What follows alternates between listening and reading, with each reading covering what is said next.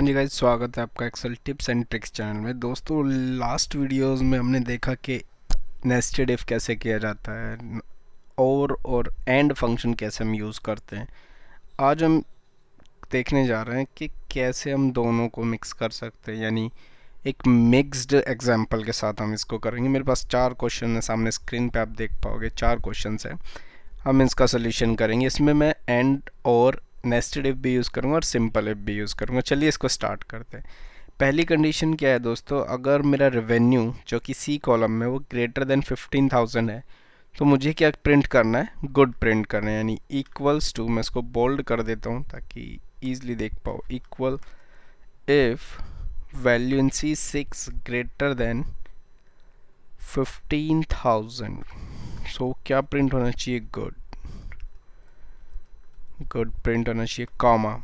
False के लिए अब मुझे यहाँ पे कोई कंडीशन नहीं बताइए तो मैं बाय डिफ़ॉल्ट एक हाइफन प्रिंट कर रहा हूँ, देन एंटर। सो ये रेवेन्यू ग्रेटर था और इसको कंट्रोल डी से मैंने ड्रैग कर दिया। जो भी लेस देन 15,000 थे उसमें हाइफन प्रिंट हो गया। नेक्स्ट है मेरा revenue is greater than 1500 and less than 20,000 sorry 15,000 and 20,000 से कम होना चाहिए, देन गुड प्रिंट होगा। अदरवाइज यहाँ पे अगेन फॉल्स के लिए कोई कंडीशन नहीं है तो मैं हाइफन ही प्रिंट कराऊंगा, या आप ब्लैंक भी कर सकते हो, बट जब भी आप कुछ ऐसा कर रहे हो तो उसमें स्टैंडर्ड भी ये है कि आप उसको हाइफन कर दो। जैसे आप फॉर्म फिलअप करते हो, आपको कोई डिटेल्स नहीं है आपके पास, तो आप उसको क्या करते हो, हाइफन करके छोड़ देते हो। वैसे ही हम यहाँ पे एक्सेल में फॉलो कर रहे हैं।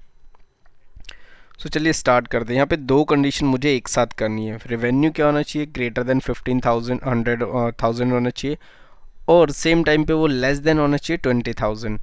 सो ऐसा ही केस हमने लास्ट वीडियो में देखा था कि हमारा कुछ सेल्स जो थी 45 से ग्रेटर और लेस देन 70 होनी चाहिए थी। सो एंड के साथ केस लगाया था। सो इफ़, अब मैं ऐसे करूँगा तो मुझे 2 बार करना पड़ जाएगा, तो मैं इसके अंदर क्या कर रहा हूँ, एंड फंक्शन को यूज़ कर रहा हूँ। Revenue is greater than 15,000 and less than 20,000। तो यहाँ से अब वो चेक करेगा क्या वो दोनों कंडीशन ट्रू है या फॉल्स है। सो क्या आया, फॉल्स आया, क्योंकि वो 20,000 से ज़्यादा है। अगर ये दो मुझे एंड का रिजल्ट ट्रू मिल जाता है तो गुड आ जाए, अदरवाइज मैं अगेन हाइफन को ही प्रिंट कर रहा हूँ और एंटर। अब जहाँ पे रेवेन्यू मेरा ग्रेटर देन 1500 होगा और लेस देन होगा किससे, 20,000 से, तो ही मुझे गुड मिलेगा, वरना नहीं, मुझे क्या हाइफन प्रिंट हो जाएगा, जो कि मैंने बाय डिफ़ॉल्ट डाल दिया। नेक्स्ट क्वेश्चन में क्या, रेवेन्यू मेरा होना चाहिए 15,000 से ज़्यादा और 20,000 से कम, तभी मुझे गुड मिलेगा। उसी में एक और कंडीशन है कि रेवेन्यू अगर 20,000 से ज़्यादा या उसके इक्वल है तो एक्सेप्शनल प्रिंट होना चाहिए, रेस्ट इज़ वैल्यू, यानी कि मुझे सेम रेवेन्यू प्रिंट कराना है अगर उनमें से कोई भी कंडीशन नहीं फुलफिल होती। तो मैं इसको जस्ट हाईलाइट कर रहा हूँ कि मेरी कितनी कंडीशंस मुझे यहाँ पे दी है। मैं बोल्ड कर रहा हूँ फर्स्ट कंडीशन को, ये मेरी फर्स्ट कंडीशन है, और ये वाली मेरी सेकंड कंडीशन है जिसे मैं अंडरलाइन कर रहा हूँ कंट्रोल यू से, और लास्ट वाली कंडीशन को मैं टैलिक कर रहा हूँ with bold.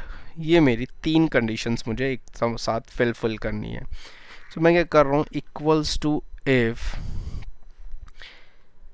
Value in C6 greater than 15,000, ऐसे करूँ तो अगेन मेरे पास फिर मुझे बार बार नेस्टेड करना पड़ेगा। तो अभी हमने जस्ट ई कॉलम वाला एग्जाम्पल ही किया था, उसमें एंड के साथ मैं दोनों कंडीशन फुलफिल करा रहा हूँ, जिसमें कि क्या है, मेरे पास वैल्यू ये ग्रेटर होनी चाहिए 15,000, कॉमा C6 की वैल्यू लेस देन होनी चाहिए 20,000।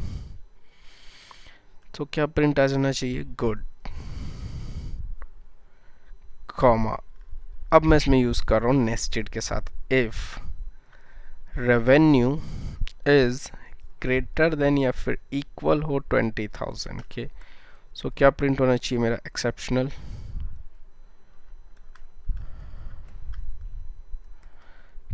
प्रिंट हो जाएगा।